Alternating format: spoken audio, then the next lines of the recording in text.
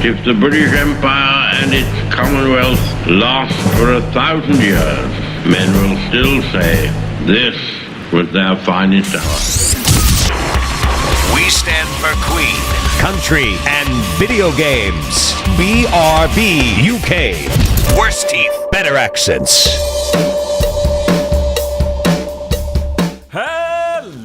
Hello, indeed, ahoy, hoy, and Happy New Year! Happy New Year! Happy New Year! Yes. Yeah, excellent. Yes, it's episode 275. This is BRB UK.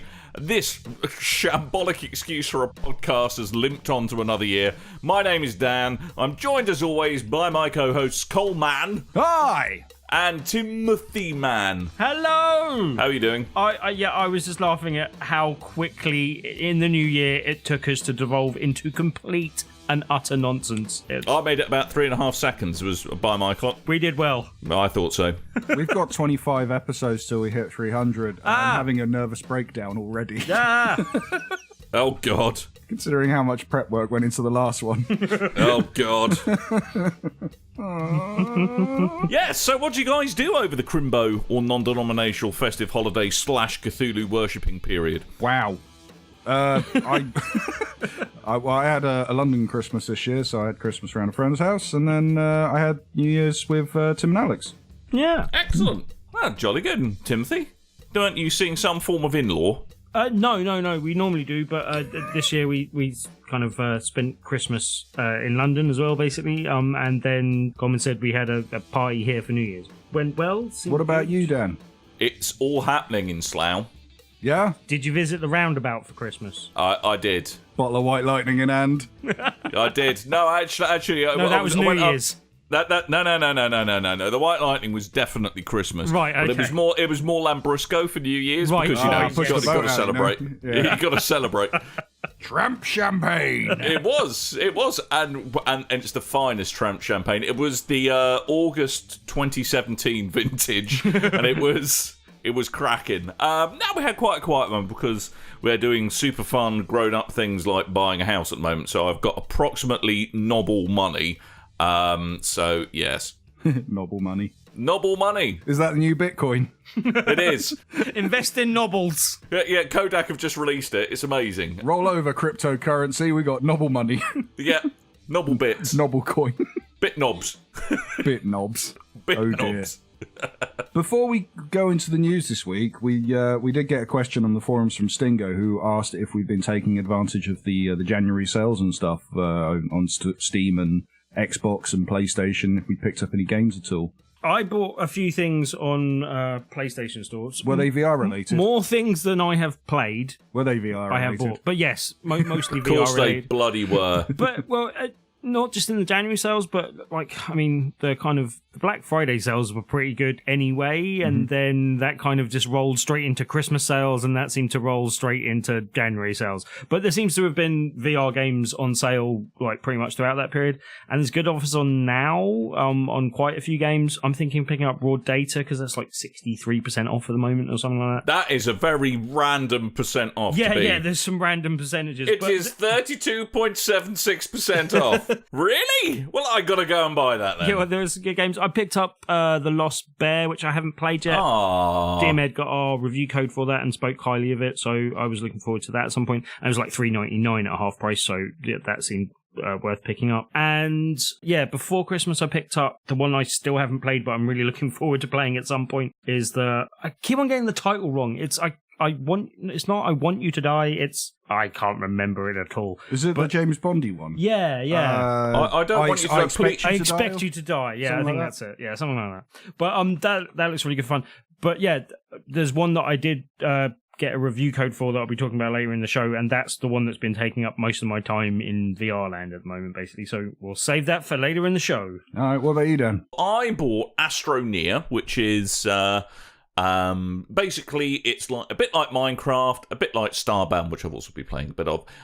It's kind of a 3D survivally world building thing, but you're a spaceman and gravity-related hijinks ensue and stuff. It's quite good fun, but it's in early access, so 'tis a tad broken in parts, but we'll let it off. I also picked up Ori and the Blind Forest Definitive Edition, because that was only £7. It's such a good game. Is that the definitive or the just the regular? Definitive, not just any edition. Oh, you sexy the definitive monkey. edition. I know, right? And also my monthly Humble Bundle cashed in because I continue to pay that for reasons. And I got Sleeping Dogs, Tomb Raider, Quantum Break, which I don't mind getting for the price of not very much money, and The Long Dark. I miss playing Sleeping Dogs. That's a damn good game. It is. Damn good game. What was the last one? Long Dark. Lawn Dark. The Long Dark. How long is the dark? It's 63% longer in Kinda the spirit of all dark. true Christmas Twice sales. as long as half the What is the Long Dark, Dan? The Long Dark is a video game. I've never heard of it. Have I installed it? No. Have I played it yet? No. But I know I did get it. We'll hear about that more in the future. I also did get to take advantage of the fact that Coleman bought a copy of Street Fighter 5. Yeah. And played a hell why of a did lot you of do that, Coleman? Because it was super cheap. I got Street Fighter 5 with both the character passes. I got Mortal Kombat XL, which is like Mortal Kombat X with all the characters in there. I got Final Fantasy 15. I got the Tekken Bowl DLC for Tekken 7. I got Watch Dogs 2. I got Injustice 2 with Season Pass. No, wait, I have Injustice 2. I got the Injustice 2 Season Pass. So now I've got like all the characters. Well, apart from the Turtles that haven't been released yet. But I can't wait for that. Could you justify the cost of the Injustice 2 DLC? Yes, totally. Excellent. Right, good. Totally. That was that. I didn't manage to stop my brain from. It was good. I can only apologise. Yeah, I think that I'm laughing on the inside. Harder for you than it does for me as well. I'm crying on the outside after that. And then I got games. the Horizon Zero Dawn like super pack with all the DLC and stuff and the add-on bits and what have you and the expansion. Did all right. Wasn't bad. That's quite a lot of stuff. A lot of games. I've been getting way into fighters lately, so I've picked up a bunch of fighting games. Hey, you ought to come down my roundabout and slam, drink some White Lightning. Drunken That's OG Street Fighter, that is.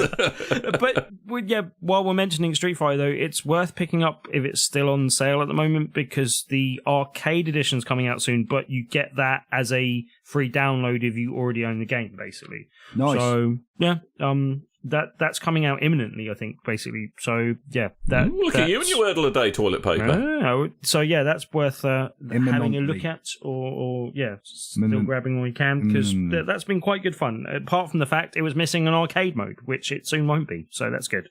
Cool. Hey, should we do some of that podcast stuff? We should do, really, shouldn't we? Oh, I forgot we were doing that. Aye. That's what we do, isn't it? Apparently. Well, some of this we could do quite quickly, I reckon. Aye. The biggest news is, was quite exciting. It's about a member of the BRB community, actually. Stop it. He's been waiting ages and ages for this to happen, but you'll be pleased to know that Bleezy, our resident artist, he's grown a bit. He's all grown up now. He's grown up. He's a big boy. He is, and he's been so excited about it. Bless him, and you should, if you see him online or on Twitter, it's at BleezyBoy with an EY. Just tell him that he's grown, because he'll appreciate it. You'll love it. He'll love it. He'll definitely. The best bit is he told me yesterday he's about 4 episodes behind, so he won't know this till about a month. Can we do the podcast now? Yeah, let's do the podcast. Remember the podcast. Tim, CES, the Consumer Electronics Show. CES? Yes, why not? Cesspit there's all kinds of electronic goodness, some of which is relevant to gaming. One of which is, because you'll like this, Tim, because it's virtual reality related insofar as it's another virtual reality headset. It's the HTC Vive Pro. I'm not sure. Why do you need a... Why? Why's it got to be the word Pro? Why can't I just say 2 Because or it's plus? not really a 2. Is it? Well, yes, it is. Because it's technically the same system, but with improved bits. Yeah. So you get to call it a Pro. No, it's got loads of extra crap in it, right? It's got... But this is additions. If you made a completely brand new headset from scratch, then you'd call it the 2, I guess.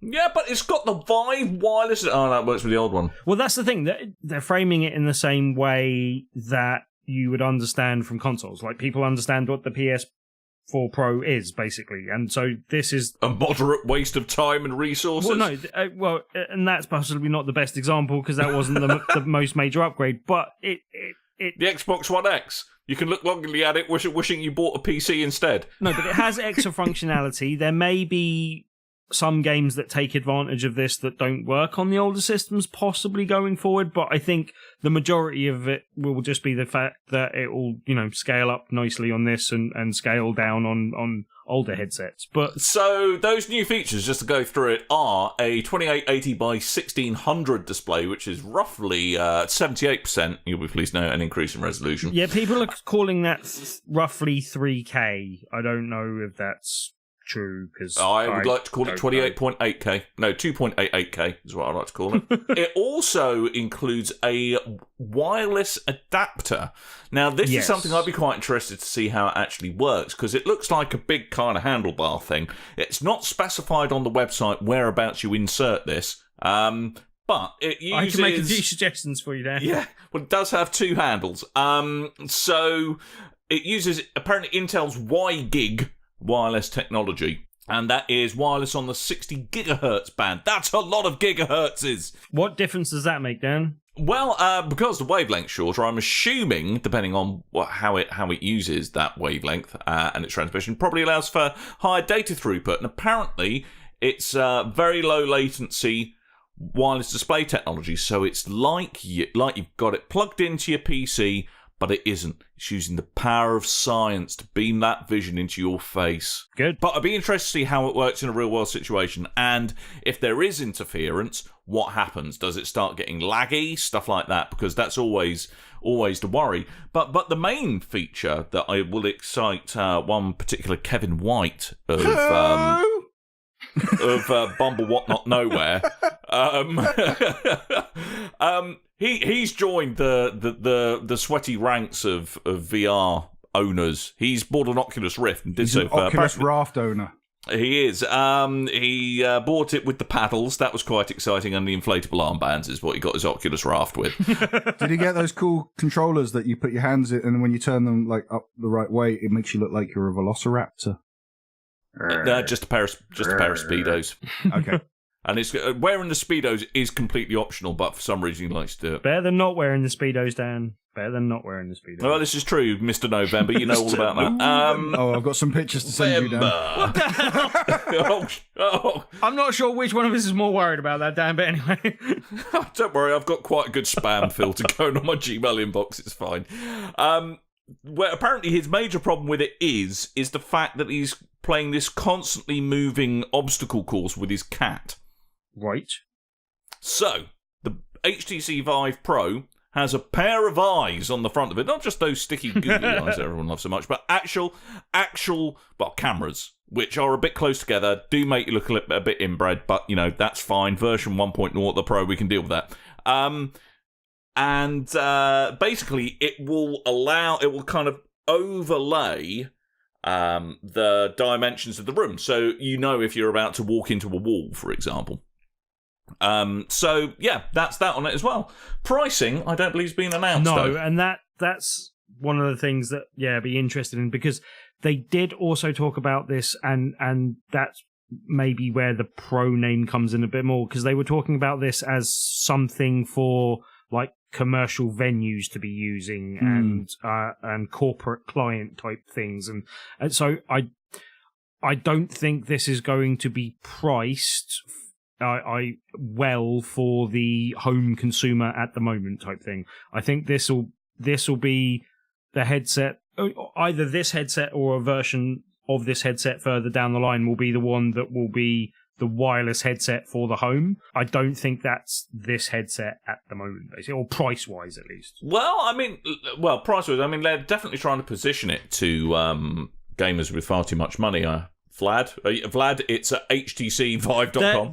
And I'm sure those people would. And look, that's pretty much, that's the market that Vive were aiming at from day one anyway, was kind of the high-end PC market anyway. So they're the kind of people that do tend to have the money to spend on it type thing. To be fair, out of the three big hitters, this is the better headset.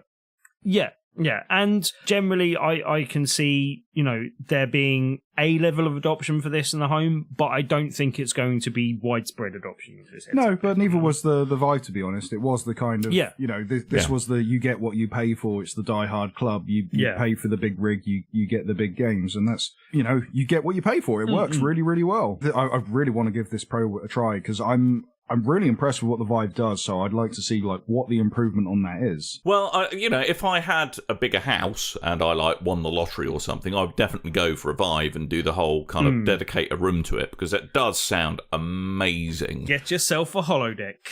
Yep, that's what I want. I do have a friend that he converted his garage, just completely gutted it, and then tidied it up and put power outlets in there, and now that's his VR room. That's where he plays Vive. Nice. Yeah, I'm having enough problems securing a man cave in the new house. I'm not going to push my luck with I need an entire wing of the house devoted to VR. Excuse me, darling. I think you will find I require a VR room. I find actual reality cohabiting with all you humans to be tedious, so I'm going to go and bugger off into space. Remember how you've always wanted me to bugger off into another plane of existence, darling? Well, I could do that. You could just, use a section of the servants' quarters for a VR room, Dan. Mate, no. The servants' quarters had to go when we moved to Slough. No, they've got their own outhouse now. Oh, no. We still make them soil themselves just so they learn their place in society. It's only appropriate. I like to think that when we talk about your mansion and your servants and your butler and all this kind of stuff, it's actually this weird power fantasy that's just you playing like The Sims 2 or something. This long-term game that you've got saved. And now today I'm going to remove the ladder from the swimming pool. I have super glued the toilet shut.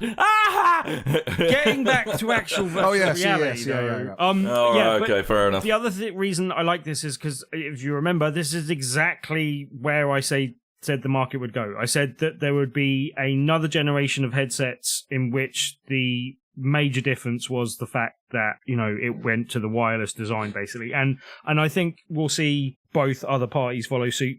Sony eventually, basically, but I think whether or not it's in this console generation is another thing. I was hearing some rumours about PS5 the other day. I mean, to be fair, with the existing Oculus and with the HTC Vive, there were abilities to have wireless functionality using third-party systems. The only issue was you were sacrificing latency. And that's not something you want to do. With no, VR. not in VR, because again, I'm the travel sick guy. I get sick in a headset, and that making things jar a little bit is not the way for me to play games. Chunder Wonder would ensue. I get knocked down and I vomit on the floor. I vom up again. There's another VR headset though.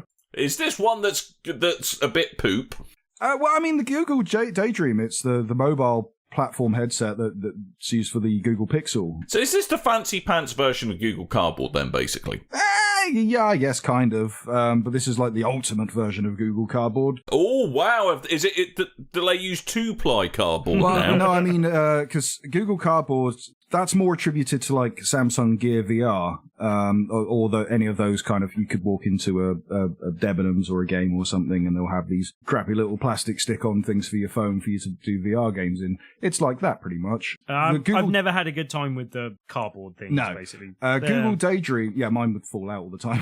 Google Daydream, it's more of it's a mobile device, but instead it's a more sophisticated version, it's a more powerful version because of the phone that it's using, and it has its own line of exclusive titles for that headset as well. Lenovo, who have been working in a lot of AR stuff recently, they've announced during CES that they're making their own standalone version of the Google Daydream called the Mirage Solo. Yeah, and I'm guessing that means that it's got an inbuilt screen then, basically, yeah? Yeah, it doesn't require any kind of PC smartphone connection. It is just a device on its own.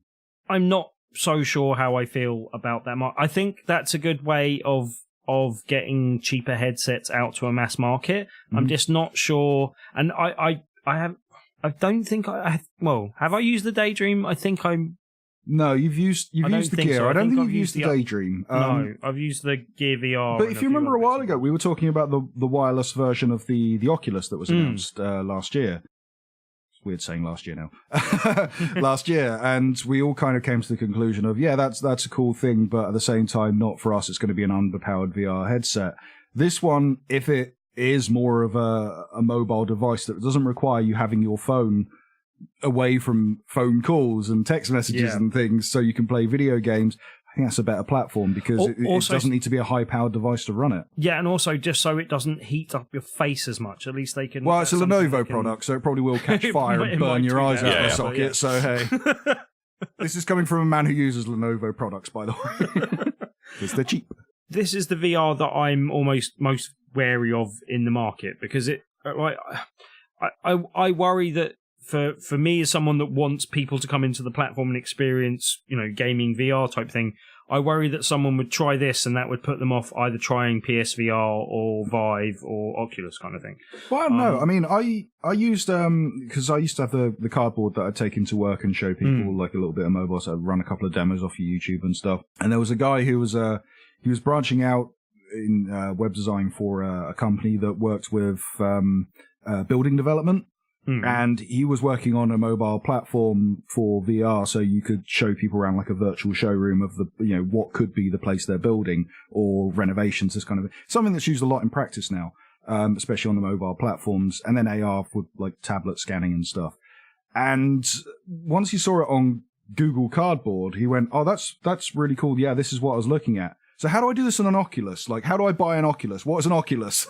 What's the? I've heard about Vive. What's a Vive? Do I need a Vive? So I do think like one person using one and going, "This is really cool. Wish it was better." Oh, there are better platforms out there. Yeah, I think there is something to be said an by entry that. level type thing. Yeah. I mean, I suppose the thing is all about how it's priced because, for want of a better way, these cheap VR experiences are like the gateway drug to full-on VR. I mean, it's not going to stick for everybody, but it will probably, I'd imagine it would spur on sales of the Vive or Oculus. Yeah, as I said, I'm just worried that it might have the opposite effect on some people as well, going, oh, is that what VR can do? Oh, okay, I don't really care about VR. It's all right, Tim. You be you. You like what you want to like, buddy. It's all right, mate. The same could be said about most technologies, though. You could go, "Hey, have you seen the new iPhone and what the iPhone X does?" You go, "Yeah, I had a look at the iPhone 2G and I thought it was rubbish."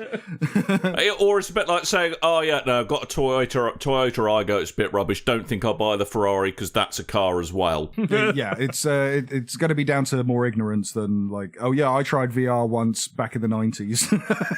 It wasn't great." Hey, don't take the mickey out of me for that. God damn it. Yeah, I played VR. That is Dan's stance on VR. We've had this conversation. I played VR in the 90s. The Trocadero one was awful. Mate, I actually played in the Trocadero, VR in the Trocadero. South Sea Arcade in 90. The thing is, I played VR when VR had gone. It was dead, and I found it like a random back alley kind of arcade place. Hang on. So, are you sure it was VR, or was it just a pair of glasses you put on? Man put a bag over my head and punched you a bit. Cut 2 holes in the front of it. Yeah, there was one more thing from CES that I noted in the CES. Sorry, CES. There was one more thing from CES or in CES 2018. It was at CES. It was in CES. It was. Well, this is something I'll be amazed if it ever gets to market before Nintendo loyal this into oblivion. It will come to market, and I'll tell you why. Why? So anyway, this is Hyperkin. They are a relatively well-known peripherals manufacturer. Yep. But I have their stuff. Indeed, you do. They are doing a new Game Boy. Yeah, so Hyperkin, I've spoken about them on the show before. They made the Retron 5, which is a product I own that allows you to play Famicom, Nintendo, Super Nintendo, like Super Famicom, Mega Drive, like Genesis, everything in one box, basically, including Game Boy. And they are looking to make a new Game Boy called the Ultra Game Boy, which is a working title, so it might not be the release name. And this comes with like a backlit LCD and all these kind of improvements that you wish existed in a Game Boy back in the day. Because they kept making improvements, but they wouldn't let you change certain things, and now it does that. And it has an internal battery, and it's charged by USB-C and all this kind of stuff. And it takes cartridges, which is great. Nice. Now, the reason I think they'll get away with this is because not only do Hyperkin use the Game Boy name already, because they have the Hyperkin Game Boy. It's like a plug-in that you put your phone in, and you can run emulators and play it like an actual Game Boy with the controller and stuff. But they also have products that allow you to slot in Game Boy cartridges and play the game from that way. And the way that I think they kind of get overlooked on this stuff is because they make a console that allows you to play from the cartridge using an emulation method, but it runs off the cartridge technically. What they don't allow you to do is add emulated games to the console via like an SD cartridge or something. So everything's kind of above board for them. I don't know if you can just go and make someone else's console, though, no? So here's where, because there is some proprietary code of, they've still got to emulate the processor and the instruction calls and the sound hardware and all like the stuff that would have been kind of on the silicon of the Game Boy. They have got to emulate. And if any of that infringes on a patent, then technically they can't do that. But what about the versions of the products that they've already released years and years ago now? Were they successful enough to draw Nintendo's attention? Yes, they probably would have been. Also, patents run out. Especially on the Game Boy. True. Has but it? I'm not sure it has. Is that not the type of thing? I'm pretty sure it has now. Like the original Game Boy, not the colour. What was it, 1991? 89, I think. 89, yeah, that'd be about right, yeah. Because I have some experience looking. I was looking into starting a business a couple years ago that involved us using original consoles and hardware and stuff, and we looked into using. We tried to get in contact with Nintendo to find out like what is the process of using Nintendo's consoles and cartridges and stuff legally, and they never got back to us until like one person kind of very carefully went, "Oh, you didn't hear it from me, but they can't do anything because the patent ran out years ago." So I'm pretty sure that's how this would work with the Game Boy. But yeah, Hyperkin, they have a big experience of not just making these little consoles as well, and in all-inclusive consoles and handhelds and things, but they also make new versions of the original controllers. They make Nintendo controllers and SNES controllers and stuff, and they're all pretty above board, and they're all very sexy, and they work really nice. If you're looking into retro gaming at all, they're definitely a company worth checking out.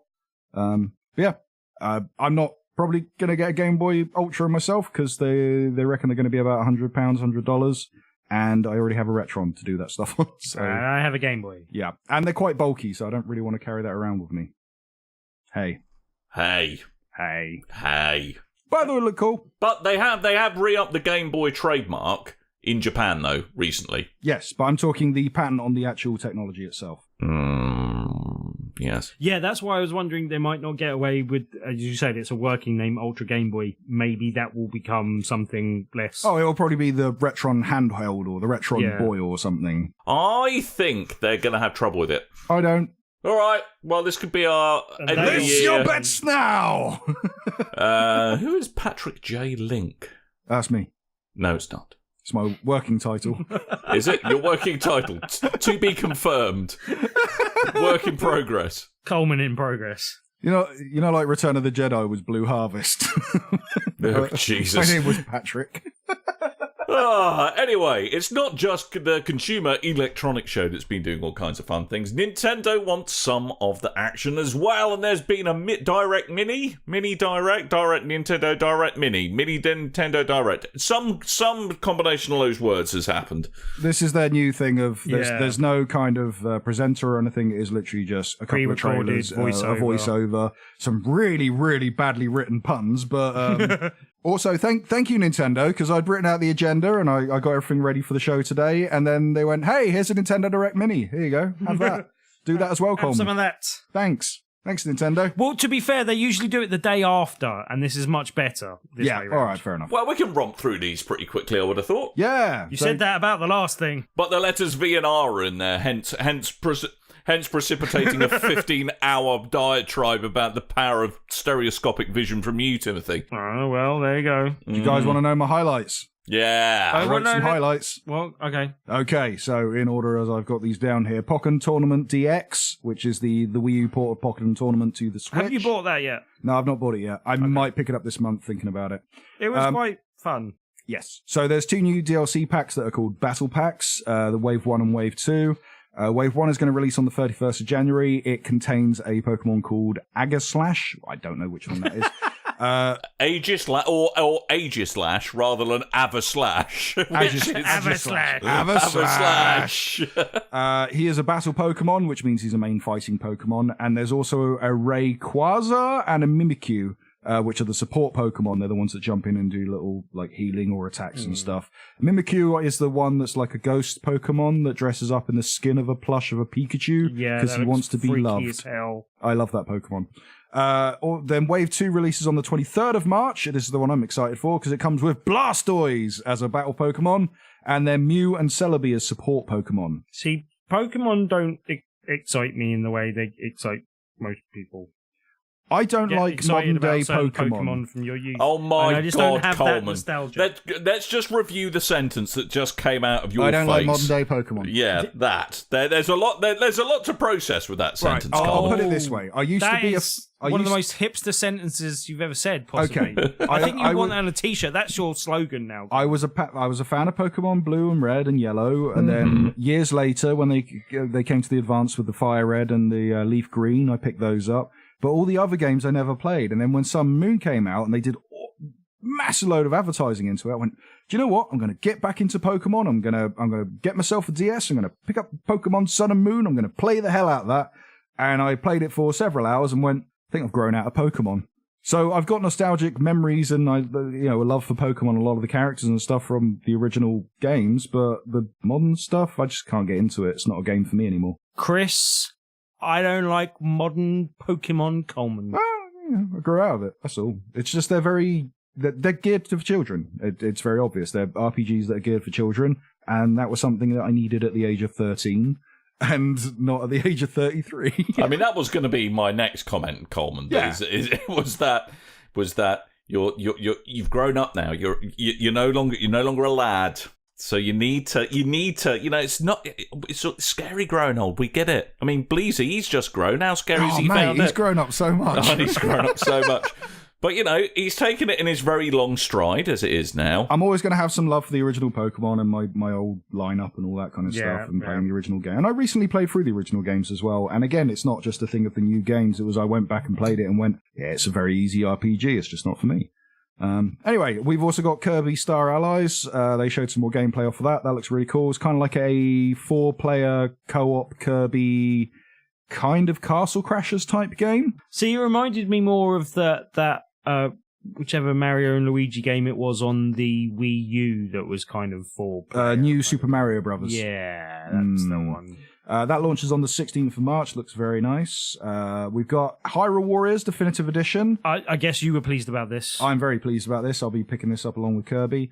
I don't think this was the Wii U game I was looking for. So Hyrule Warriors, that includes all the DLC from the Wii U and the 3DS versions, plus new Breath of the Wild themed costumes for Link and Zelda, and that launches some point in spring. Jolly good. One for Tim, we got Mario Tennis Aces. Hey, Mario Tennis is an awesome game. Do not besmirch the name of Mario Tennis. That was marvellous. Yes, I didn't. Normally, I never did. I would agree with you, Dan, but the game on the Wii U was not so hot.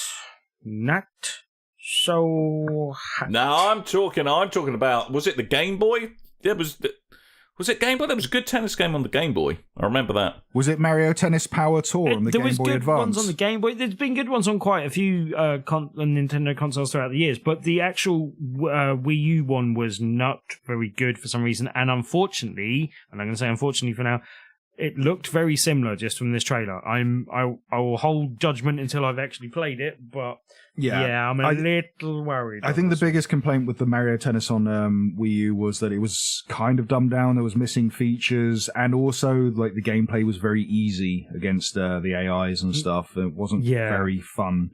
So this is a new tennis title. The characters shown in the trailer included Mario, Luigi, Wario, and Waluigi. It showed that there's a story mode for the first time since Mario Tennis Power Tour on the Game Boy Advance. Is it a Spike Lee joint? That's what I know. Yeah, Spike Lee's doing it. Whenever there's a story mode in a sports game, I always think Spike Lee. A natural fit. And it hasn't been dated other than it launches some point this year. Yeah, and the other thing that they did a collection on the 3DS where they had a tennis game and other games, and I think that would be a better approach for just doing them individually. But if you could make £50 selling each one individually, then why the hell not? And also, correct me if I'm wrong, but without giving too much away, later on, this was only one of possibly two like new games for the Switch that weren't just things ported over from previous consoles, basically. Yeah, pretty much. In fact, yeah, the only one, in fact, if I'm looking at things correctly. That was the new title. Yeah, and I don't know, like, a lot of people speculated after Nintendo's last year that, you know, they'd kind of blown their load in the first year with having Zelda and Mario Kart, and then this year was going to be difficult for them.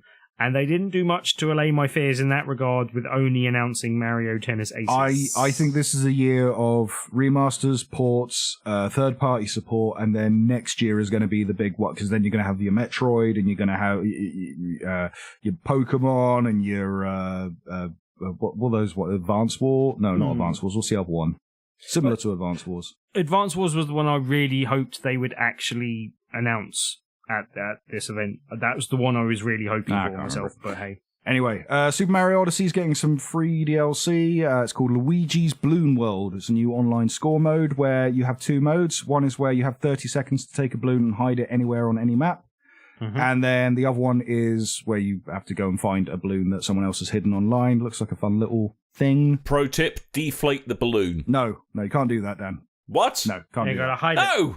It makes it so easy to hide. Looks like the balloons are themed with whatever avatar picture you picked for your profile as well. Okay. So you have like a little Tom Nook balloon or whatever you want. That does look quite cool, though. That is look like quite a good idea and a good addition to that sort of thing. It's a simple idea, but it looks like one you could have a lot of fun with.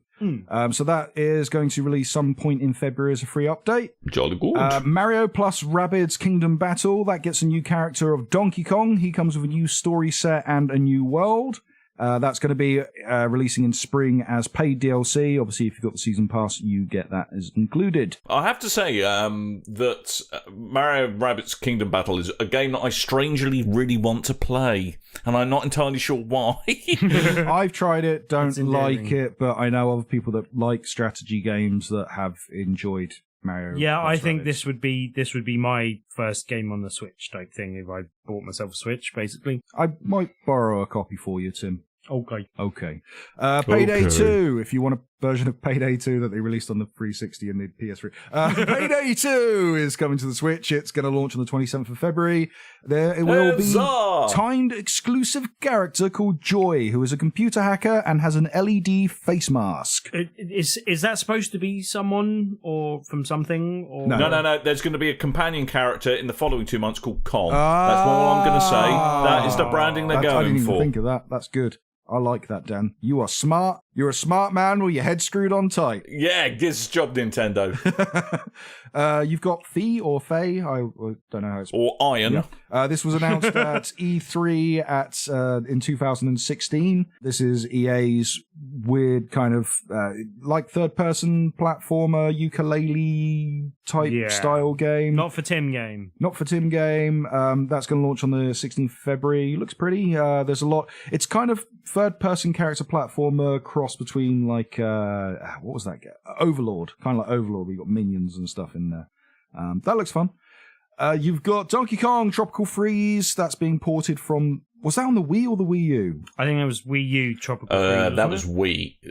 Okay. Wii U, you're right. So it's been ported from the Wii U. They've added like a kind of beginner's mode in the form of you get to play as Funky Kong, who was my secret favourite character in the 90s for Donkey Kong Country, which means when you play as Funky Kong, you get infinite rolls, you get infinite spins when you're playing underwater, and you have a surfboard that you can do like really long double jumps and block spikes and stuff with. Makes the game much easier. Yeah, see, this was always a platformer that kind of appealed to me just because it looked so nice and stuff back in the day. And I kind of liked the look of the easy mode on this. I was like, hey, that's a mode for Tim. I can play that.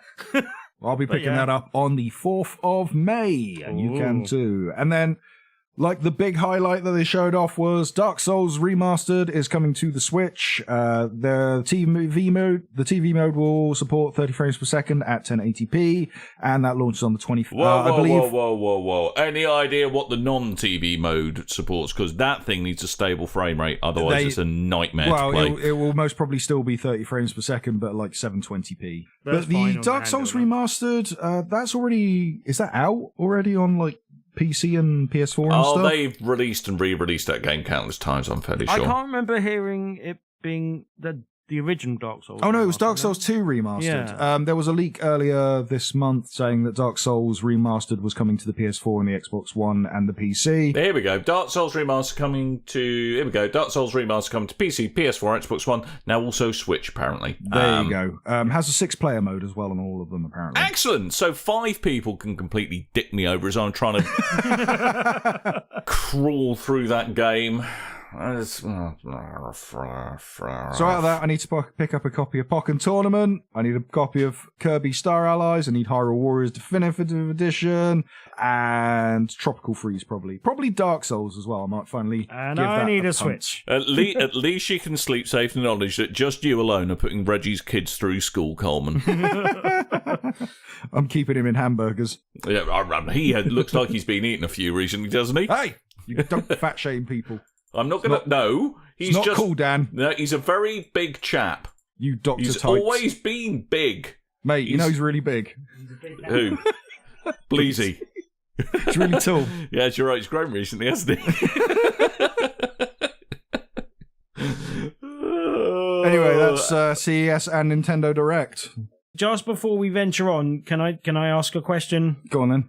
What was your big any disappointments that you were hoping to hear them announce for the Switch? That you were hoping anything you were hoping? I was hoping for a Smash Brothers port that comes with all the DLC. Yeah, I think a lot of people were. I don't have my Smash Brothers or my Wii U anymore, and I really wish I could play those games without having to pay a stupid. Because the price of entry to get all the DLC for Smash Brothers was ludicrous. So sticking that all in the game would be worth it for me, I think. Yeah. Mm-hmm. Dan, what would have tempted you into possibly picking up a Switch? If they Not having to something? buy a house. Right. Mm. Good. I would trust me. I'd love to walk. There's nothing I would like more than to walk into a shop tomorrow morning and buy a Switch, because I would merrily do so. Because there's some great games on that platform, but can I afford it at the moment? No. Well, as I intimated, Advance Wars or anything else from the same developers would have been of interest to me, basically. Okay. Apparently, the title. I heard this on Giant Bomb today. The name of the license isn't Advance Wars. It's just Wars. Okay, and Advance Wars because they made Advance Wars and Famicom Wars with the intention of making all these different Wars games. Yes, and Advance Wars was the only just one that made it to the UK. Game Boy Advance one, maybe. I don't know. Anyway, well, they couldn't really call it Boy Wars, could they? That sounds a bit. Sorry, shall we do the news then? Well, we ought to, really. But it's the first item, something I don't really give a monkeys about. So it'll be nice and quick. Yeah, well, here's hoping. Tim, I don't think even you will be able to say something about this. You'd care if it was Destiny, Dan. You'd care if it was Destiny. This is just old Destiny. Destiny Classic. Yeah.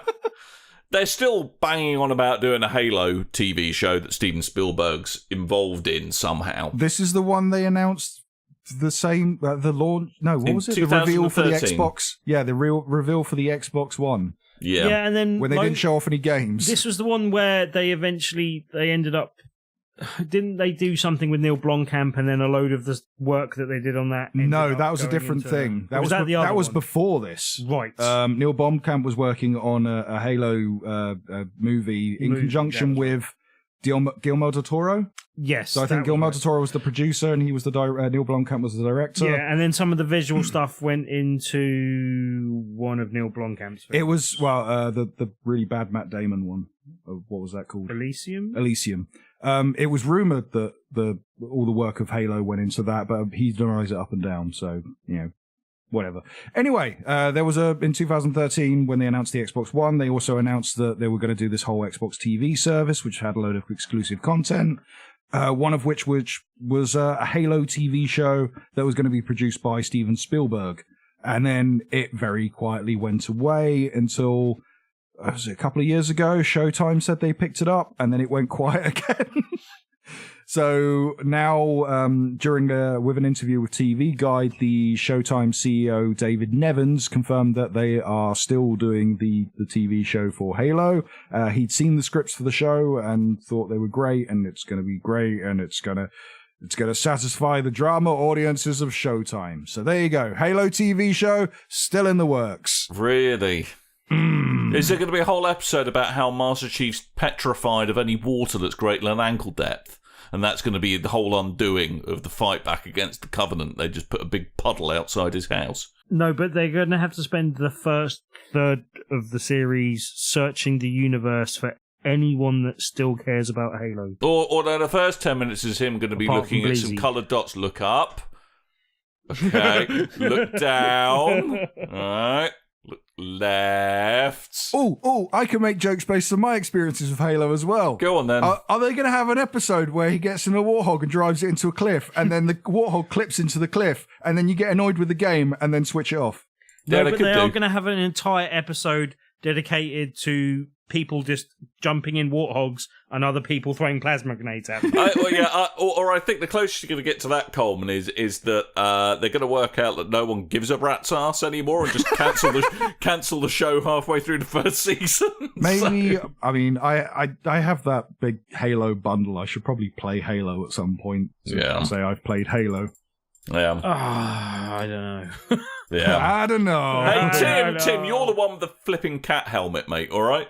I look, I used to love the game. It's really gone off the boil. Like, the last few Halos just really didn't grab me, and they really need to come back with another game. I think it's one of, like, the big downfalls of this generation for Xbox. But anyway. Just adding to what Dan just said. Hey, Tim, you're the one with the cat helmet in a display case.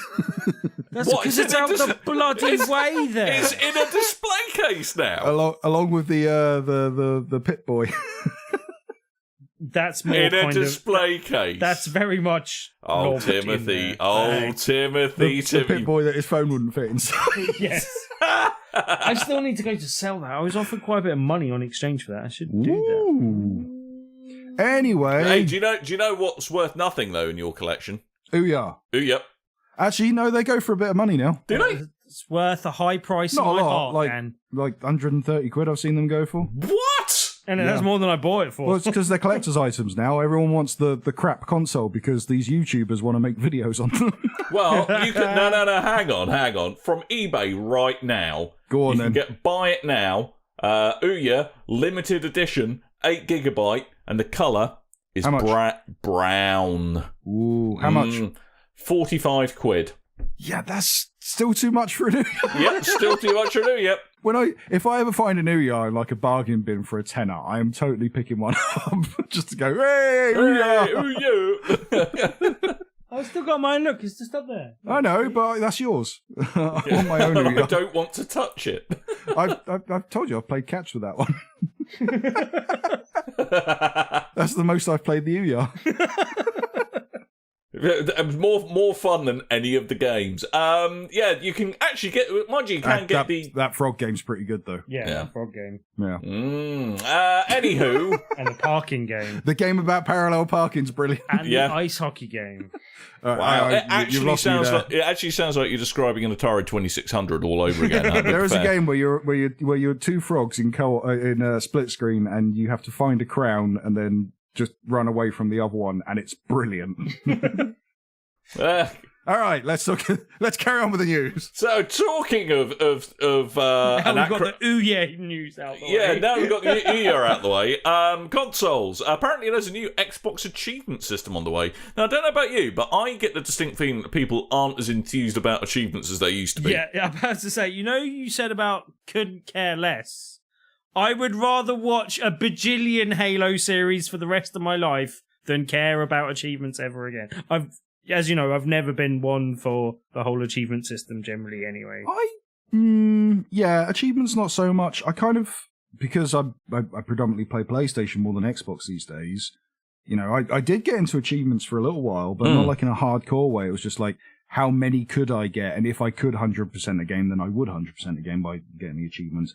With the PlayStation, it's kind of the similar one. It's just more of the, if that platinum trophy is achievable, then I think I'll go for that platinum trophy because it's quite nice having a platinum trophy. Yeah, but see, I tapped out on my one of my very first games. Like, I think it was Amped 3 launched on the Xbox original, whichever one.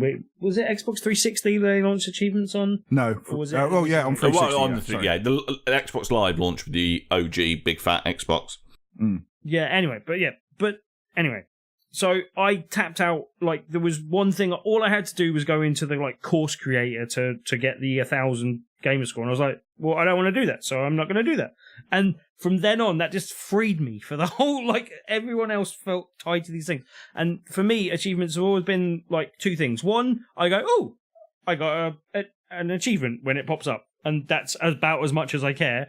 And then other than that, if I really like a game, I might look at it as achievements, and then that will guide me in other things that I can do with the game, possibly. Yeah, I mean, when achievements are done right, it can actually kind of make you explore areas of the game that you wouldn't have otherwise done, or play it in ways you wouldn't have otherwise played it. But but it seems like they're kind of overhauling it and calling it career, which is a rather depressing thing if you think sitting on your fat ass playing video games, which are ultimately of no consequence whatsoever, but I still enjoy them very much. But I wouldn't call it a career. There's very few people out there who can call playing games a career. You could have been e-sporterer. I'm hoping career is a code name because it is a terrible name. Yes.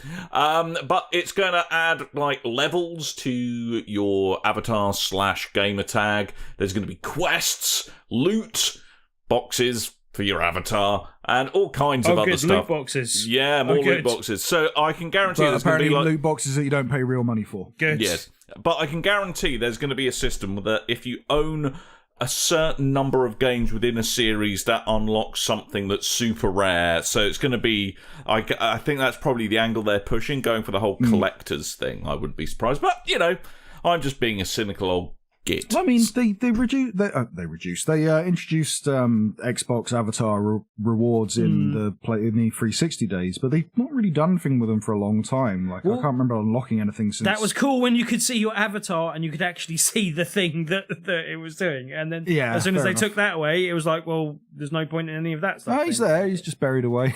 Yeah. He's hanging out. Just buried under 6 foot of dirt.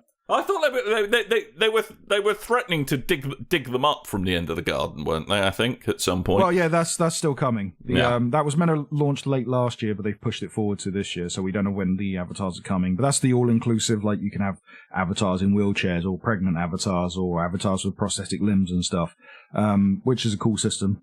Still. What's the type of avatar you can get if you don't turn your Xbox One on in a year? It's the one that's buried behind. It's the one that's buried behind tiles with the Kinect functionality. The now dead Kinect functionality. It's the one that only can communicate through space through pushing books through a bookshelf. I still try and scan a skateboard every now and again just to see if the future's arrived. What I was watching is. You know, I told you a little while ago about the Ouya video, and it basically goes from like the conception to launch to failure of the Ouya, and at the end there's some guy peeing on one. I was watching some stuff from the same guy, and he does a whole thing on Kinect, and it starts off with the whole video when they brought Kinect to PC. And going, oh, this isn't just a game. We started off with a games platform, and now we use these for scientific purposes, and like it's showing you using them in bomb defusal or in hospitals and all these kind of things. And then it just cuts to the guy, that douchebag that used to be on the E3 stage all the time with the sunglasses on, doing all the Kinect stuff, and he just goes, boom, sole of the foot on an avatar. But fun. Here is a fun fact that's not actually that fun. The Kinect still lives on though.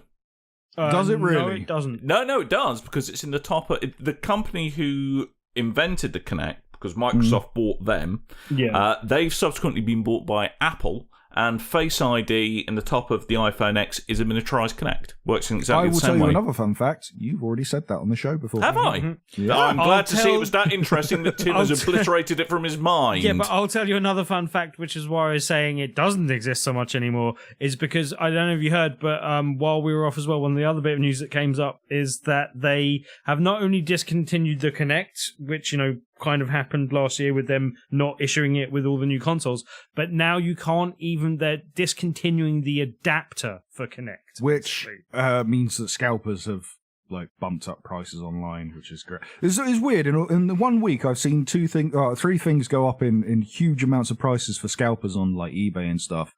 That is the adapter for Xboxes, Lucozade, and Iron Brew. People are trying to sell Lucozade for like 15 quid a bottle. It's what? ridiculous. Yeah. I've been buying off the shelves for like £1. Yeah, sugar tax. The hell? They're changing the recipe. So, interesting fun times. There's more news. There's apparently Dragon Ball FighterZ is expanding its roster with Giddy Dan, Abandon. it's Dragon Ball FighterZ. No, it's not. No, it is. No, It's not. It really, mate. No, it we've really been is. to Namco. We It's FighterZ. have it from literally the horse's mouth. No, I don't care call what their they say. PR people horses. It's not nice. Oh, did you hear? It's been tough at work for them recently. Everyone walked in and went, why the long face? It's their horses. Oh, God. You got him fat shaming. I got you teeth shaming. Bloody hell. Shaming.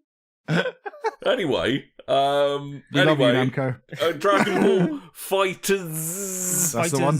You got to say it like that every time. Yep. Yo, it's your boy. Fighters. I don't play Dragon Ball Fighters. DJs. Anyway, carry on. Yeah. Dragon Ball FighterZ is coming out on the 13th of... No, it's not. It's coming out in February. February. It's coming out in January. January, it's definitely Good. Anyway, When's it Dragon coming Ball out? FighterZ. It's The beta is from. it is getting an from open beta, which has been announced, featuring 11 playable characters. The beta will run from January the 14th to the 16th on PlayStation 4 and Xbox One. And if you've pre-ordered the game, you get a day's early access to the beta on January the 13th. I think it comes out on like the 23rd. I'm not sure. Good. Comes out the same day as Monster Hunter. I want Monster Hunter. I've pre-ordered Monster Hunter. I'm tempted to pre-order Dragon Ball as well. Yeah, you like the Dragon Balls. I do, but I've never particularly liked the Dragon Ball like normal 2D fighting games. I prefer like the weird third-person open area fighting games instead. But after playing it and getting into more fighting games lately, I am tempted to pick this up because it is a very good game, and it's very pretty as well.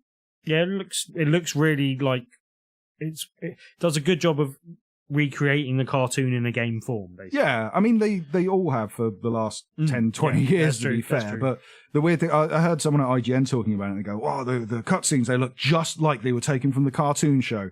And I'm looking at them going, no, they don't, they look better. I can tell you now, as someone that grew up with Dragon Ball, they look way better. The other beta news is that Microsoft and Rare have announced the dates for Sea of Thieves' upcoming closed beta. So it's coming out of closed alpha. As detailed on a recent blog post, the beta will run 5 days from January the 24th at 12 GMT to January 29th at 8 GMT. Have you remembered to actually play this yet, Coleman? Yes, I have. Oh, good. We can't talk about it. I have so a I don't know why I question. answered. I Yes. have a question. Yes, Dan. If you update a social media account from the toilet, is that a blog post? Why? What? Why is that relevant? It just popped into my head. That's nothing to do with Sea of Thieves, Dan. Has anyone managed to get into the beta? I sent them an email. I have not got any indication I'm in. Okay. I haven't got that far. Tim hasn't applied. All right, fair enough. Well, hopefully we can talk about that soon. Huzzah! When is Sea of Thieves out? Never. Okay. Summertime, isn't it? Vaporware. Were you reckon they're going to cancel? Yeah. This is the new Fable, is it? It's the new Scalebound. Oh no, because I snap. actually got to play Fable. Oh, snap. As soon as I mention the word Scalebound, he gets all straight away. No, I'm saying it would be the new. No, because If it was the new Scalebound, then I would have played Scalebound. But I didn't play Scalebound. I played Fable. Then they cancelled Fable. I don't think you should be allowed to play video games anymore, Coleman. Yeah, no, you're a curse. Yep. But I didn't play Scalebound. You're like the Jonah of video game To demos. this day, they've only cancelled one game I've played. How am I the curse? God damn it. You know, when we podcast, we normally get to this bit, probably before now, where we talk about the games we done played. Oh, I've only played old games. Good. No, although, on that note, I've actually sunk some proper time into The Division because everyone's saying it's good now. And I bloody played hell, Division the other day. and bloody hell, it's good now. Is it? No, it's really good now. Really, really, really good now. I ran to the Why? base and cashed in a bunch of stuff that I didn't know that I had because I stopped playing abrupt. I think the last time I played it, I was playing on my own for a couple of days. Then I was waiting for people to come back online and then play some multiplayer with them. And they never came back That never online, happened. and I never went back to the game. So I came back here, I was like, oh, I've got all these goodies that I unlocked last But they've completely overhauled the loot system. It actually gives you good loot quite consistently now. Really good deep end game to it. It genuinely feels like a shooter version of Diablo 3, which is a good thing. So if you see The Division for cheap, go and pick it up because it's blooming awesome now. And if you get it on PS4, let me know, and then we can do that. What isn't awesome yet, but they keep threatening that they're going to do stuff to it. What? Destiny 2. It's really gone quite sideways, that game. You play too much Destiny, and that's why it's bad. Yeah, possibly. If you don't play as much Destiny as you do, then it's good. Okay. Yeah, see, that's... But I think that's my problem with the game versus your problem with the game, Dan. I think you want a game that you can play every day and that can dominate your dominate you me. and your gaming life. Yes, I require domination. That's what I need. I don't want that game. I mean, I don't want a single game that dominates all of my time. Basically, I don't want a game to dominate my time. I just want. I like a game that I can have in my lineup that is a continuous game that I go back to and play, rather than something that I'm playing 24/7 all the time. Yeah. You know. Yeah, I don't mind that, but then I find that if I played Destiny as much as you play Destiny, Coleman, I'd end up playing it as much as Dan plays it. And then we just have a Destiny podcast. Yeah, we could have a Destiny podcast. I didn't mean that to sound an attractive proposition to you, Dan, because it's not going to happen. Yeah, we could have Destiny podcast. If you want a Destiny podcast, you need to tweet at LazyBoy. That's with an EY, telling him he's grown. All right. Hashtag why how you've grown. We've been close to launching a Destiny podcast, so everyone's noticed this. We had a lineup at one point as well. It was very weird. Yeah. We did. We did. Fun times. Anyway, so that's where I've just been noodling around old games. But apparently you've played decent stuff, Coleman. Yeah, I'll do mine and then Tim can do his. So on Boxing Day, I went to... one of the most terrifying places in the universe to go on Boxing Day. I went to Westfield. Whoa! Oh, shopping God. centre. Why did you do that? Well, luckily I went to the right one because I went armed. I went to the one in Shepherd's Bush because the one in Stratford was just ransacked by riots or something. Yeah, there was like this mob of guys with knives and machetes and stuff. So I went to the right Westfield, apparently. I just had annoying people that got in my way. I went there to check out this cool experience from The Void and ILM X Lab, and they do these virtual reality room experiences. So their latest one is... Or vrooms, as I like to call them. Yes. So the latest one is called Star Wars Secrets of the Empire. And it's based on obviously the world of Star Wars, but more precisely the world of Rogue One. Mm-hmm. Now, what kind of separates this from a regular 3D experience is it's not just the headset you've got. You've got a headset that has like finger tracking and stuff on it as well. So if you hold your hands in front of your face and you can move your hands around and individual fingers and stuff. You're also wearing like a harness, like a tactical vest. And you play VR in a 1.1 room scale. So you enter a room and everything in that room is exactly as it appears in your vision, is physically there. So if you see a seat in that room in VR, then you sit down and the seat is there. It's very cool. So kind of to start off, you go up to get in, and you have to line up with a bunch of people where they've got all the headsets and stuff. It looks very technical the way it looks, like some kind of sci-fi, and you're about to line up on a spaceship and drop into a war zone and fight some bugs and stuff. And so they have this lineup of headsets, and you put the headset on, and then this guy comes up and puts the tactical vest on you, and he's like, right, now you've got these two things here, and make sure you pull them really tight. And you pull them really tight, and like my back went straight, and I could feel one of the vertebrae crack and realign. I'm like, oh, that's fixing me back. That's lovely, that. And then my beer got stuck out, and then he's like, now pull these ones at the front. And then my gut went in and went, oh, girdle, love it. So I looked cool. I'm just picturing you basically being Homer in this thing. I was exactly like that. So I went in with two of my friends, and we looked like the worst reboot of Starship Troopers in this get up. And then You mean go- Starship Troopers 3? Have you seen that? That is terrible. That Anyway. I haven't seen the second one, to be fair. So you go to a gets room, worse. and then you get a briefing on a video screen from Cassian Andor, who is the main male lead in the Rogue One, and he tells you that you're infiltrating the Empire's Imperial base on what's the lava planet? Sullust? Mustafar. Mustafar. Yeah, you're on the lava planet Mustafar, which is where Darth Vader has his base in Rogue One. And there you have to intercept a secret package that the Empire have got, and you've got to figure out what is in the package. You're going to be disguised as stormtroopers, and there you go. Go off and do this.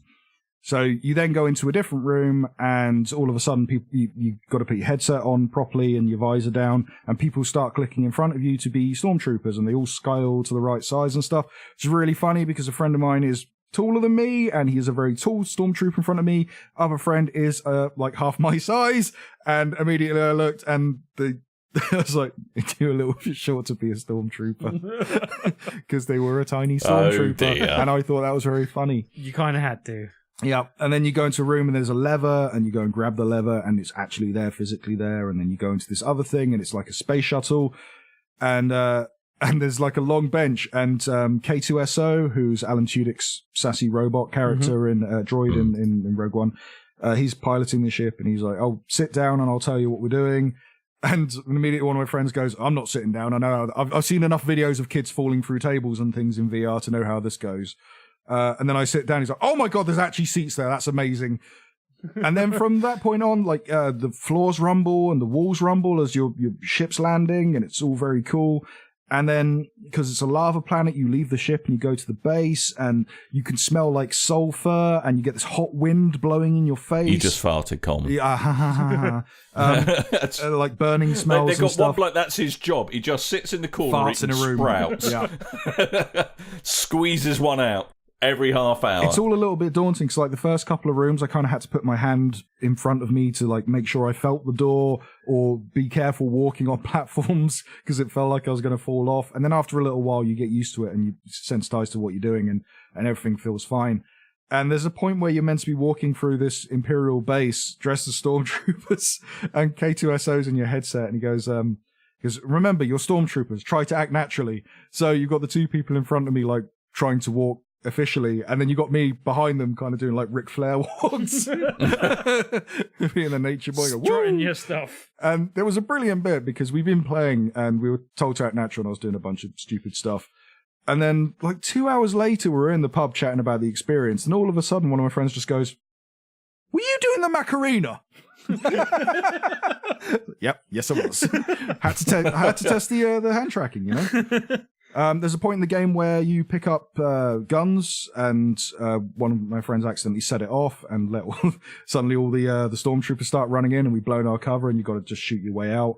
That's really, really fun, because you're playing a first-person shooter game, but you're not playing first-person shooter game, you're in the game, and you duck and take cover, and like, you can stand, there's no kind of penalty, you don't die in the game for doing this stuff, so you can just stand there, and then each time you get shot, you get like vibrations, depending where you've been shot on the body piece, but you can Where take did cover. you get shot on the body piece, Thank you, Coleman? Tim. But you can do it properly, and it feels really cool to do this kind of stuff. And and then I won't spoil it any further from there, but it was super fun to play. It's probably the best VR experience I've ever done. It's probably the best 4D cinema experience I've ever done. It's running up till March, I think, in London, Westfield, Shepherd's Bush.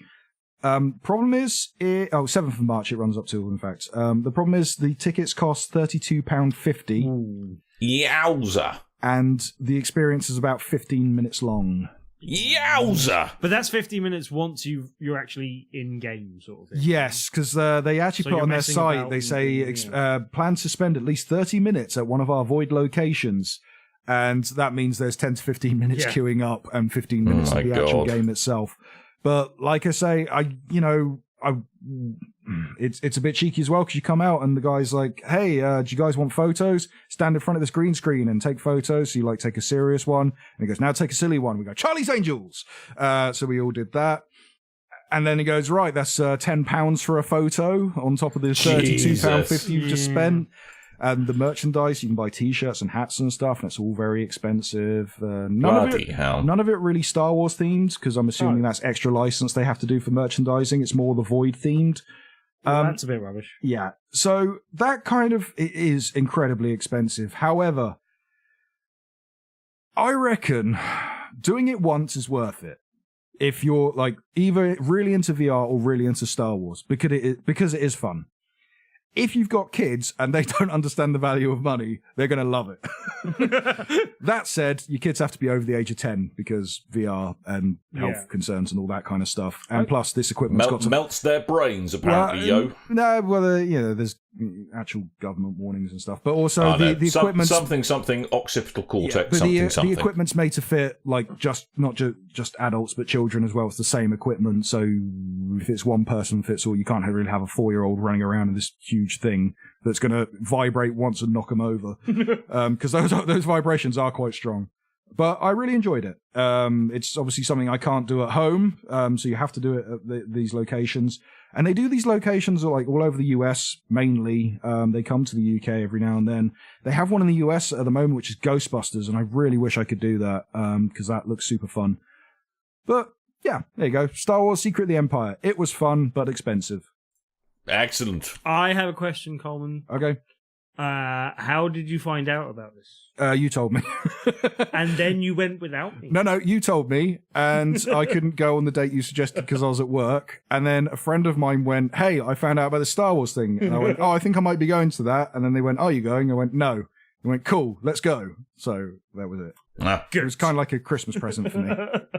But yeah, no, I'm glad to hear it. Sounds cool. I still didn't get a chance over Christmas, but I would like to do it before it. Yeah, I might give it another go. Like I said, I had fun doing it, and knowing like how it feels and how to actually do this kind of stuff now, I wouldn't mind going in again. Not leading point, like letting someone else do that and just kind of hanging out in the background and doing this stuff because I don't want to... Doing the Macarena. Doing the Macarena and Ric Flair dances and stuff. But I want to see like how someone else would experience it. I'd be interested to see. But yeah, I really enjoyed it. I might give it another go. So if you want to let me know. Cool. Yeah. So that's Secrets of the Empires. Tim, you've played something on VR, so are therefore duty bound to talk about it. So, well, it's the one that I played the most over Christmas, and it was one that I was really looking forward to and delivered on its promise, and that is Shooty Fruity. And for anyone that didn't hear us talk about it before, it's basically you've got a job in a supermarket. And there are kind of different tasks that you would do. I think there's only, as far as I've seen, there's only 2 different tasks, but one of them is basically you're on the checkout, scanning through the things in the checkout. The other one, you're in the canteen fulfilling like orders of food. But at the same time as you're doing these mundane tasks, you're also being attacked by fruit that you have to fend off by shooting them, basically. It is as ridiculous as it sounds. It's really kind of like dryly humoured. All the comedy just kind of hits the right notes for me, basically. And that works really well. But then you've got like a load of weaponry, and the weaponry available to you is based on how well you're doing the mundane tasks that you're tasked with at the time. So if you're on the checkout, it's based on how much stuff you're scanning through the checkout and whether you're putting it in the lanes and stuff for it to go through. And the better you do that, the kind of better the reward of guns, and then you kind of unlock more guns as you kind of go through the game, and as you buy guns through the kind of vending machine in the thing. But it's all kind of really well done within the environment of the game. It's really highly polished. It is basically just a kind of wave-based shooter with a kind of like rubbing your stomach and patting your head kind of mechanic of trying to do these 2 things at once. But it works really well. Like the weaponry feels really nice. The actual shooting of the fruit works well. And as I said, the kind of comedy hits. So it just ticks all the right boxes, basically. I think I don't think it's on sale at the moment, but it's only like £16, which compares quite favourably to other games on the PSVR at the moment, basically. And I probably would say it's probably my favourite kind of wave-based shooter, with the possible exception of some of the kind of aim-based stuff. It works really well. And I've only really played it with the Move controllers so far, and I definitely advise that being the case because you want to be shooting in multiple directions at once. But yeah, as I said, generally it ticks all the right boxes. It works really well, and I'm glad it all came together because it's a really good game, and I recommend it. Splendid.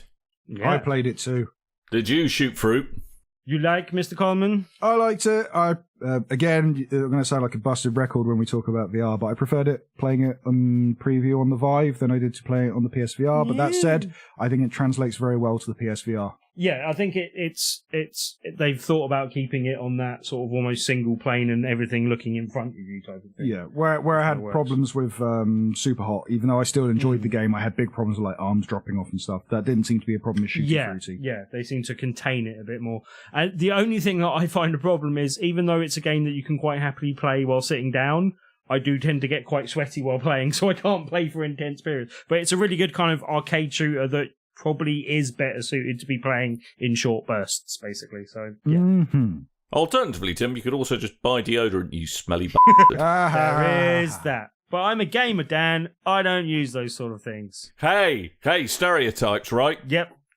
Good. Stereotypes. Anyway, are we done? Are you done talking about VR for today, Timothy? Yes. I got a VR thing we could talk about. No, you it's called can Star fuck Wars: off. Secrets of the Empire. No. Got time for Great British Debate, Dan? No, we haven't. We got time to tell people it's Tuesday, Tim. So what's happening on Tuesday, the 16th? Well, I would say each and every Tuesday, but we've just come through the only weeks of the year that it isn't true. But going forward, throughout the rest of this year, for every Tuesday, apart from the last couple, we basically do an event called Tabletop Tuesday at Loading Bar. We had over 60 people there last week. I think it was 63 of us in all, so that was a nice one to kick the year off with. And we kicked off with Bloodborne, which was a great game to play, and that's available to play. But if anyone doesn't know, we have a different feature game every week, and if you play that feature game that evening, you have a chance of winning a copy of that game at the end of the night by coming along and trying it out. Can I announce this one? Yes. Excellent. There is no Tabletop Tuesday, only Azul. Oh, gosh. What? This game has nothing to do with Ghostbusters. No. It is an abstract tile laying game, which sounds kind of dull, but it is a fantastic game. One of mine and Alex's favourite games of last year. It came out kind of late last year, and kind of hit hard when it did. It's as I said, abstract and kind of really well done, but there's a kind of deep level of strategy to it, even though it's quite simplistic in its nature. But yeah, really, really good game. Come along and try it out on Tuesday and possibly win yourself a copy in the process. If you want to check out some more details, you can do so on the top left-hand side of BigRedBarel.com, or come and join our meetup group and get some more details there every week, basically. Loading Bar, Scenario, Dalston, London, 16th of January. Be there and you might find a key, what was it called? The Keykeeper? Gatekeeper? Gatekeeper. Yeah. Jesus Christ, Coleman. It's been a while. Yeah. Are you a man or a god? Oh, Jesus. No, you're a bad animatronic dog, is what you are. Die! Anyway. I sound like the Claw, don't I? The Ghostbusters VR game came out in America. Oh, no. Back in but apparently your terrible. Corner. I'll get you next time, Gadget. Oh, Jesus. Right, before Coleman mixes up too many other cultural references Don't mix before the his memes. time. Indeed, don't cross the memes. No, don't cross the memes is where you should have gone with that, Tim. For God's sake, bloody amateurs. Anyway, I'm going to thank some people because it's an end of a podcast. Who are you going to thank, Dan? I'm going to thank Kwartiestavakiskavabar from the UK. Yeah, From the UK, bit of iTunes, who's been listening to us for a while now, and very kindly left us a nice review. First one of 2018. That's a really nice review as well. Thank you very much. Yeah, exactly. It's a very lovely review. Nice things about stuff. He called us basically spaffing, which is a bit gross, I thought. I know. Well, you know, it's lonely here in Oh, Slough. spiffing. Sorry, my apologies. Yes. Apparently we bounce off each other, and that's a bit more fat shaming for us all. I'm carrying seasonal holiday weight. Hey, no, I'm carrying about holiday weight. The problem is it's holiday weight from 2012. Yeah, likewise. And there's 2013, 2014, Yes. 2015, 2016, and 2017's on there. I have somewhat of a build-up. Yes, indeed. backlog, From the you might say. forums. Tim, maybe. forums. Pile of shame. Tim, forums. From the forums, I would like to thank Stingo. Yeah, Stingo, who gave us the question of like Yes, what games we've good been question, playing. Anyway. Stingo. On Twitter, thank you to Spencer H, thank you to Nelly, thank you to Just Gabriel, For Now, Glance. What? I think Geekspeak keep reading his name out, so he keeps changing his name. Kind of like Richard Kirk used to do. Also, What? Richard Kirk. Right. No one on Facebook, and on YouTube. No one is thank on you to Facebook anymore. Eri Sheena, which is Vlad's new name, apparently. Why is Vlad called I Erishina? don't know. Why is he called Vlad? Why is he called Vlad? I don't Who know. knows? Isn't Vlad his... No, Vlad wasn't his name. Who knows Jeff. his real name? Jeff Capes. Bob. Jeff Maybe Capes. Dan Formerly Gibbons. world's strongest man. Now just Jeff Capes. But I'd also like to say there's a couple more people I'd just like to say thank you very briefly. Generally, anyone who's decided to rock up on the BRB Discord, for we have one now. Go to www.BigRedBarel.com and there's a nice little button on the front page too there. Click and you'll often see us lurking about and you can come poke fun at me for playing Destiny. And tell Bleezy that he's grown. And tell So Bleezy, there's- that's the only thing Discord should be used for this week, please. If you Yes. sign up, and then just tell Bleezy how tall he's looking. I'd like to Indeed. thank whoever the hell decided to patch the original Star Wars Battlefront 2 and bring that back online. Well done. Yep. Whoever the hell Good did work. that. Love it. So, that's a show. We ought to disappear for we have run long. We have Little bit. run long. It's a long run. A There run was long, a long some run. news, There and was. we Well, were out of practice. yeah, well, yeah. So, that's your lot. We're going to go now. Bye-bye. So, make sure you head over to www.BigRedBarel.com and just generally put /BigRedBarel after any other website you think of and just see what happens. Don't slash on Something. Big Red Barrel. No, don't do that. That's something a bloke does to Ouya's, apparently. I don't know. Call back. Not on my yeah. Boom! Bottom of an avatar's foot. Yeah. Coleman, Yeah. Coleman, I've got some homework for you Okay. this week. On Tim's Ouya, will you? No! Can't do that when I'm staying in his flat. It's weird. He might kick me out. Can't do it when it's on I'll that have to shelf either. Dan, I'll have to come and live with you if he kicks me out. And, then you'll have Coleman and a Ouya to deal with. Yeah, nice. No, or the alternative is you on it and just don't tell him. I'll bring my Switch. Oh, all right, then you can Oh, come. I've got Battle of the Monsters, Dan. Oh, have The you? old Neo Geo port. Let's do it. All right, okay. Right. Tim, Sarah's come to live with you for a bit, mate, all right? Cool. All right, you're my wife now. Anyway. Mormon Tim. What? Oh, Tim. Oh, polygamy. Right, we're definitely going to go now. So I have been Dan. I might have been Tim. I've been Coleman. Yeah, Are you yeah. sure? Aye. Right. So, we'll be back next week, making, frankly, slim pickings of news last for an hour and 30 minutes. And fun times shall commence once more. So thank you ever so much for listening. Thank you ever so much for downloading us. And until next time, dear listeners, toodle bye.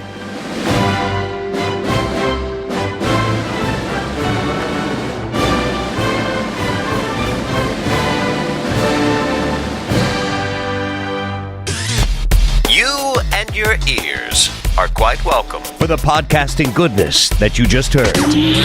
Why not roll on over To BigRedBarel.com. for more podcasts? News, reviews, and videos from the biggest, reddest site on the internet. BigRedBarel.com.